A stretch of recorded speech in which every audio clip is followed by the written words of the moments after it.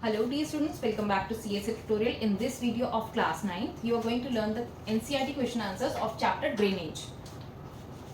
अब drainage chapter की जो एनसीईआरटी क्वेश्चन आंसर्स इसमें कवर किए गए हैं उसको मैंने हिंदी में भी एक्सप्लेन किया है। इसका सबसे पहला क्वेश्चन है choose the right answer from the 4 alternatives given. जो आपको नीचे एमसीक्यूज दे रखे हैं इस क्वेश्चन के, उसमें से आपको एक करेक्ट चूज करना है। सबसे पहला क्वेश्चन है which one of the following describes the drainage pattern resembling the branches of a tree.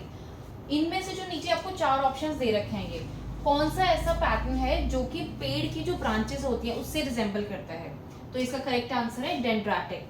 अगर आप इसको पिक्चर में भी देखो तो ये देखो पेड़ की ब्रांचेस की तरह, जैसे एक पेड़ की टहनियां होती है ना, उस तरीके का ये पैटर्न रिवर फॉर्म करती है, उसको हम बोलते हैं डेंड्राटिक पैटर्न। ठीक है। सेकेंड जो क्वेश्चन है that is in which of the following states is the Wular lake located. अब ये जो नीचे दिए गए आपको ऑप्शंस हैं, इनमें से कौन सी स्टेट के अंदर जो वुलर लेक है वो है। It's correct option is D, Jammu and Kashmir. Jammu and Kashmir के अंदर जो वुलर लेक है वो लोकेटेड। थर्ड जो क्वेश्चन है the river Narmada has it source at. जो नर्मदा रिवर है उसका सोर्स इन चारों में से उसका करेक्ट ऑप्शन कौन सा है। अगर आपको इसका आंसर पता है तो मुझे फटाफट से कमेंट सेक्शन में लिख के बताना। इसका करेक्ट आंसर है अमरकंटक। इसका करेक्ट आंसर है सी, अमरकंटक। फोर्थ है which one of the following lakes is a salt water lake. जो आपको ये ऑप्शंस दिए गए हैं इनमें से कौन सी ऐसी है जो कि सॉल्ट वाटर लेक है। 4 ऑप्शंस है आपके पास में, सांबर, डल, वूलर या गोविंद सागर। तो इसका करेक्ट ऑप्शन है ए, सांबर लेक। सांबर लेक जो है वो सॉल्ट वाटर लेक है। जो फिफ्थ क्वेश्चन है which one of the following is the longest river of the peninsular India. जो नीचे की ऑप्शंस आपको दे रखे हैं 4, नर्मदा, कृष्णा, गोदावरी एंड महानदी, इनमें से कौन सी ऐसी है जो कि पेनिनसुलर इंडिया की लॉन्गेस्ट रिवर है। भाई हिमालयन रिवर्स की तो पता है कि गंगा सबसे लॉन्गेस्ट है, बट पेनिनसुलर इंडिया जो है उनमें कौन सी लॉन्गेस्ट है। उसका करेक्ट आंसर है सी, गोदावरी। गोदावरी जो है वो पेनिनसुलर इंडिया की लॉन्गेस्ट रिवर है। इसका नेक्स्ट क्वेश्चन है which one amongst the following rivers flows through a rift valley. अब ये जो आपको 4 ऑप्शंस दे रखे हैं इनमें से आपने बताना है कि कौन सी ऐसी है जो कि रिफ्ट वैली के थ्रू रिवर फ्लो होती है। तो आपको 4 ऑप्शंस में से सबसे पहले महानदी, तुंगभद्रा, कृष्णा या तापी। तो इसका करेक्ट आंसर क्या है, D, Tapi river. This is it's correct answer.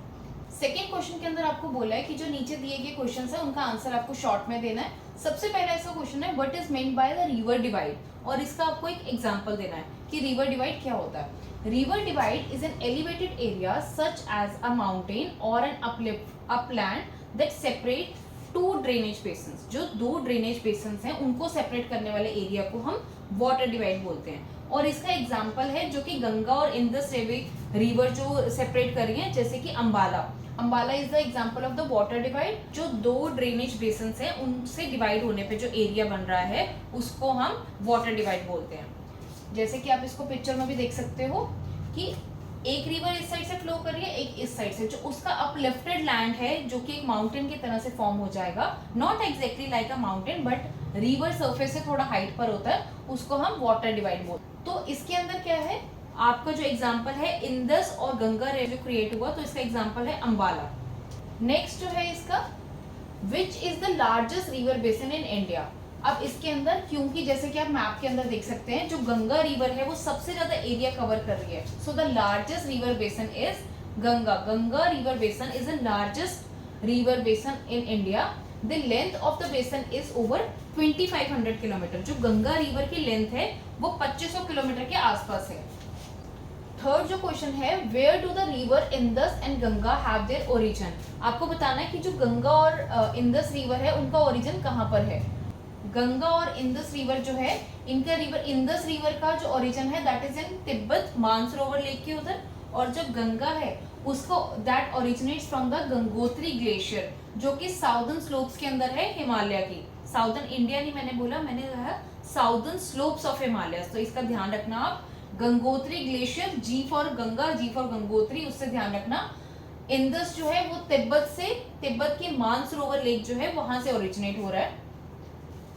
Fourth question is name the 2 head streams of the Ganga. Where do they meet to form Ganga? Ganga की 2 हेड स्ट्रीम्स का बताना है आपको, और ये कहाँ पर मिलती हैं गंगा के साथ में जिससे कि गंगा फॉर्म होती है। दोनों हेड स्ट्रीम जो मिलती हैं और उसी से गंगा रिवर फॉर्म होती है। The two head streams of the Ganga are Bhagirathi and Alaknanda. They meet to form Ganga at Devprayag in Uttarakhand. Alaknanda और भागीरथी जो है ये दोनों हेड स्ट्रीम्स जो है वो देवप्रयाग जो कि उत्तराखंड में है वहां पर मिलती हैं और वहीं से गंगा रिवर जो है वो फॉर्म होती है। Fifth question is why does the Brahmaputra in its Tibetan part have less silt despite a longer course. जो ब्रह्मपुत्र है वो तिब्बतियन पार्ट से जब आती है तो वहां पर सिल्ट ज्यादा उसके साथ पे क्यों आती है? इसका आंसर है the Brahmaputra in its Tibetan part carries a smaller volume of water. क्योंकि वो कोल्ड और ड्राई रीजन है, लंबी होने के बावजूद भी कोल्ड और ड्राई रीजन है, इसी की वजह से वहां पे वाटर लेवल कम हो जाता है और उसमें सिल्ट ज्यादा होती है। ठीक है। Sixth question is which two peninsular rivers flow through trough. कौन सी दो ऐसी पेनिनसुलर रिवर्स हैं जो कि ट्रो के थ्रू फ्लो करती हैं, बहती हैं? तो इसका आंसर है the Narmada and the Tapi are the two peninsular rivers which flow through the trough. Narmada और तापी नाम याद रखना आप। इसका सेवेंथ क्वेश्चन जो है state some economic benefits of rivers and lakes. आपको अब रिवर और लेक के कुछ इकोनॉमिक बेनिफिट्स के बारे में बताना है कि क्या क्या है। तो इसका आंसर है the economic benefits of rivers and lakes. इसके अंदर क्या है कि these are the sources of fresh water and B is the irrigation.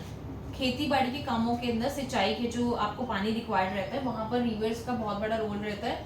C is the navigation, D is the hydro power generation. Rivers के ऊपर dam बना के electricity produce की जाती है, उसको हम हाइड्रो पावर बोलते हैं। और लास्ट पार्ट है इसका डेवलपमेंट ऑफ टूरिज्म। जो फिफ्थ पॉइंट है that is the development of tourism. Reverse के थ्रू बहुत सारा टूरिज्म भी जनरेट किया जाता है। जैसे कि आपने नैनीताल की लेक देखी है, वहां पर लोग नैनीताल की लेक को ही देखने के लिए जाते हैं। The best part of that is the Nainital lake, जहाँ पे लोग बोटिंग करते हैं सब कुछ। तो ये टूरिज्म को भी डेवलप करने के लिए हेल्पफुल रहती है। उस एरिया की पूरी development due to that lake ही है। थर्ड क्वेश्चन के अंदर आपको लेक्स के नाम दे रखे हैं। इनमें से कुछ नेचुरल हैं और कुछ मैन मेड हैं, यानी कि ह्यूमन बींग्स के द्वारा बनाई गई हैं। तो आपको इनमें से इनको कैटेगराइज करना है कि कौन से नेचुरल है और कौन सी ह्यूमन बींग ने यानी कि मैन मेड है। तो इसको हम कैटेगराइज कैसे कर सकते हैं? जो नेचुरल लेक्स हैं वो कौन सी है आपकी? Wular, Dal, Nainital, Bhimtal, Loktak, Barapani, Chilika, Sambhar and Pulicat. These are the natural lakes. और जो मैनमेड लेक्स हैं यानी कि जो ह्यूमन बींग्स ने बनाई गई हैं वो है गोविंद सागर, राणा प्रताप सागर, निजाम सागर, नागार्जुन सागर और हीराकुंड। ये ज्यादातर लेक्स जो हैं वो काइंड ऑफ अ रिजर्वॉयर्स हैं जो कि डैम्स के पीछे बनाए जाते हैं उस पानी को स्टोर करके रखने के लिए। फोर्थ क्वेश्चन है discuss the significant difference between the Himalayan and the peninsular rivers. अब आपको हिमालयन रिवर्स और पेनिनसुलर रिवर्स के डिफरेंस बताना है। इसमें जो हिमालयन रिवर्स है they are the perennial rivers, यानी कि उनमें पूरा साल पानी बहता रहता है। They get water from both the melted snow and the heavy rainfall. पहाड़ों के अंदर आपने देखा है बहुत ज्यादा बारिश होती है, तो इन रिवर्स को बर्फ से भी, जो पहाड़ों पे बर्फ मेल्ट हो रही है उनकी वजह से भी, और जो बहुत ज्यादा बारिश हो रही है उसकी वजह से भी इनमें पूरा साल पानी रहता है। वहीं दूसरी तरफ जो पेनिनसुलर रिवर्स हैं उनके अंदर सिर्फ सीजनल पानी होता है और वो रेनफॉल के ऊपर ही डिपेंड करती है। They perform an immense, जो हिमालयन रिवर्स हैं they perform an immense erosional activity in the upper course। जो इरोजनल एक्टिविटी का मतलब क्या है कि कई बार जब बारिश वगैरह होती है कि नदियों में उफान आएगा, आपने देखा कि साइडों की मिट्टी बह जाती है, तो उसी को हम बोलते हैं इरोजनल एक्टिविटी। वहीं दूसरी तरफ जो पेनिनसुलर रिवर्स है they do not perform the erosional activity, क्योंकि उनके अंदर वाटर लेवल ज्यादा नहीं होता, इसीलिए उनके अंदर इरोजन का काम नहीं इतना ज्यादा, वो इरोड नहीं करती है मिट्टी को। थर्ड जो पॉइंट है they have long course from their source to the mouth. अब इसके अंदर क्या है, सोर्स टू माउथ का मतलब क्या है, हमारा मुंह नहीं है इसका मतलब। इसका मतलब ये है कि जहां से ये रिवर ओरिजिनेट हुई और जहां पर ये समुद्र के साथ मिल रही है। जो हिमालयन रिवर्स है वो बहुत ज्यादा लंबी होती है, उनके स्ट्रेच जो है वो काफी लंबा है, जैसे कि हमने गंगा रिवर का देखा है नियर अबाउट 2500 किलोमीटर है उसका। वहीं दूसरी तरफ जो पेनिनसुलर रिवर्स है, क्योंकि उसमें बहुत ज्यादा पानी नहीं है, थ्रू आउट द ईयर उसमें पानी नहीं रहता, सिर्फ ओकेजनली रेनफॉल होने से ही पानी आता है, तो इसी की वजह से they are shorter and shallower in course. Shallower का मतलब पानी नहीं है, तो वो ज्यादा गहरी रिवर्स नहीं है। फोर्थ पॉइंट है they carry large amount of silt and sand. which is renewed every year by annual floods and therefore they are good for agriculture. अब क्योंकि उसके अंदर हर साल बहुत ज्यादा अमाउंट में सिल्ट आती है, रेत वगैरह आती है बहकर, उसकी वजह से उसके अंदर हर साल न्यू फ्रेश मिट्टी जो है, ये फ्रेश सिल्ट हम बोल सकते हैं, वो उसके साथ बहकर आने की वजह से वो आसपास के एरियाज जो हैं वहाँ पे एग्रीकल्चर बहुत अच्छा रहता है और ये चीज एग्रीकल्चर के लिए बहुत अच्छी है। जो फोर्थ पॉइंट इसका पेनिनसुलर रिवर्स का है, इनके साथ में क्योंकि ज्यादा सिल्ट नहीं आती है, उसमें पानी कम है, तो इसीलिए इसमें छोटे छोटे डेल्टास उसके एरिया से बनते हैं जो कि फर्टाइल लैंड फॉर्म करते हैं। फिफ्थ पॉइंट इज इसके कुछ एग्जांपल्स जो है हिमालयन रिवर्स की, वो हैं गंगा, इंदस, ब्रह्मपुत्र और मेजर हिमालयन रिवर्स।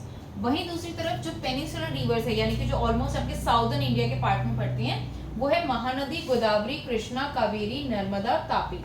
ये मेजर पेनिनसुलर रिवर्स हैं। Fifth question is compare the east flowing and the west flowing rivers. अब इसके अंदर आपको ईस्ट फ्लोइंग और वेस्ट फ्लोइंग रिवर्स का कंपैरिजन करना है। इसके अंदर क्या है, जो ईस्ट फ्लोइंग रिवर्स है उनमें महानदी, गोदावरी, कृष्णा, कावेरी, ये सारी की सारी ईस्ट फ्लोइंग रिवर्स हैं।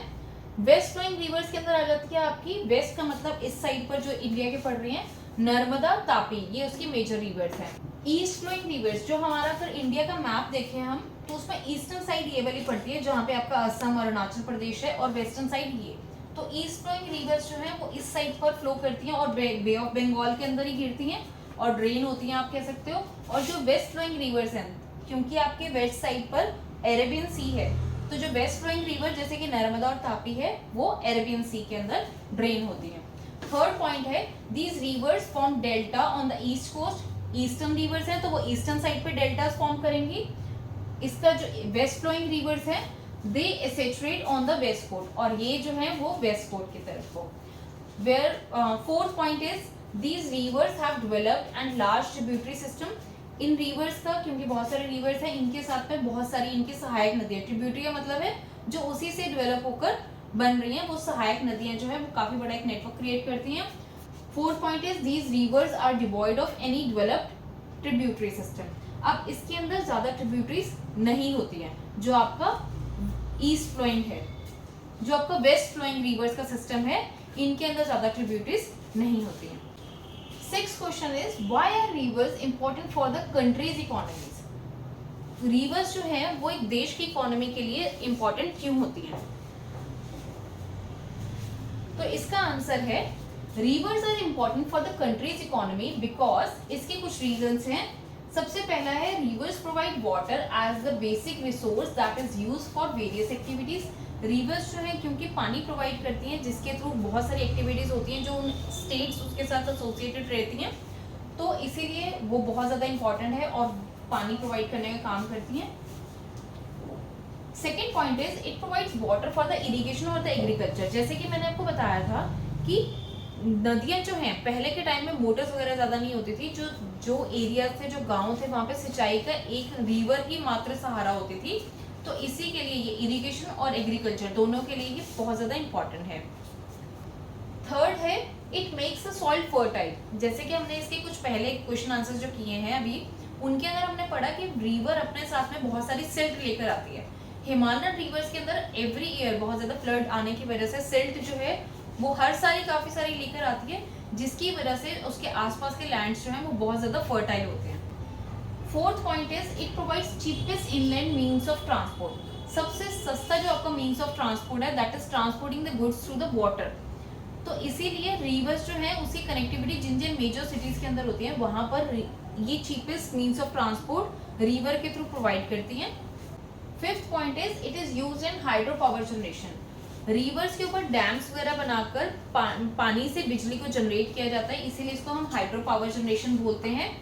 उस बिजली से आपका बहुत सारे, जैसे कि आपको पता है नॉर्थ इंडिया के अंदर भाखड़ा नंगल डैम काफी बड़ा डैम है, ऐसे ही हमारे इंडिया के अंदर बहुत सारे डैम्स हैं जिनके थ्रू बिजली जो है उसको जनरेट किया जाता है, और ये देश की इकोनॉमी के लिए बहुत ज़्यादा हेल्पफुल रहती है, क्योंकि आपके देश में जितनी ज़्यादा बिजली जनरेट होगी उतने ज़्यादा आप टेक्नोलॉजी में एडवांस हो सकते हो। जो इलेक्ट्रिसिटी आपके हाइड्रो पावर जनरेशन से क्रिएट हो रही है, जितनी ज़्यादा वो क्रिएट होगी उतना ज़्यादा आपके देश के अंदर टेक्नोलॉजी को यूज़ करने के लिए रिसोर्सेज भी आपके आप बढ़ा सकते हो, क्योंकि आपके पास पावर बैकअप्स होते हैं, सब कुछ होता है। जैसे आपने देखा होगा कि पहले के टाइम में लाइट्स वगैरह ज़्यादा जाती थी, अब उसके अंदर जितनी ज्यादा एडवांसमेंट की जा रही है उसकी वजह से आपका पावर सिस्टम जो है वो बहुत स्ट्रांग हो चुका है, और ये सब चीजें आपके देश की इकोनॉमी में बहुत योगदान देती हैं।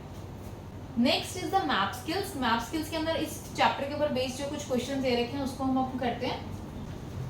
फर्स्ट क्वेश्चन इसमें जो दे रखा है, outline the map of the India, mark and label the following rivers. अब आपको जो ये रिवर्स के नाम दे रखे हैं इनको आपने इंडिया के मैप के ऊपर मार्क करना है।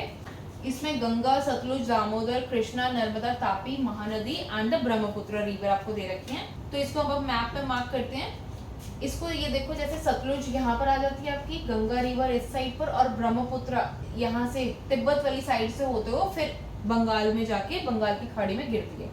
दामोदर रिवर गंगा रिवर से थोड़ी नीचे आ जाती है। उसके बाद में आपकी महानदी, कृष्णा, फिर आपकी जो वेस्ट फ्लोइंग रिवर्स है, वेस्ट फ्लोइंग रिवर्स के अंदर आ जाएगी आपकी नर्मदा एंड तापी। ठीक है। सेकेंड जो क्वेश्चन दे रखा है उसके अंदर आपको बोला गया है कि अब आपको लेक्स मार्क करनी है, जो चिलिका, सांबर, वुलर, पुलिकट एंड कुलेरू लेक, इनको मार्क करते हैं। अब ये देखो, आपका जम्मू एंड कश्मीर के अंदर हमने पढ़ा था वुलर लेक के बारे में, तो वुलर लेक सबसे ऊपर वहां चलेगी। सांबर लेक जो है वो राजस्थान के अंदर है, जिसको हमने पढ़ा था कि वो सॉल्ट वाटर लेक है। चिलिका लेक जो है वो आपकी ईस्टर्न साइड पर आ जाती है। कुलेरू लेक, पुलिकट, ये साउथ ईस्टर्न साइड पे पड़ती हैं तीनों लेक्स। ठीक है। आई होप बच्चों आपको आज की वीडियो अच्छी लगी हो। अगर आपके कोई भी डाउट्स हैं या सजेशंस हैं तो आप प्लीज मुझे कमेंट सेक्शन में लिख के बताना, और अगर अभी तक आपने चैनल को सब्सक्राइब नहीं किया तो please do subscribe the channel. Subscription बिल्कुल फ्री है, और वीडियोस अच्छी लगती हैं तो आप अपने फ्रेंड्स के साथ भी जरूर शेयर कीजिए। Thank you.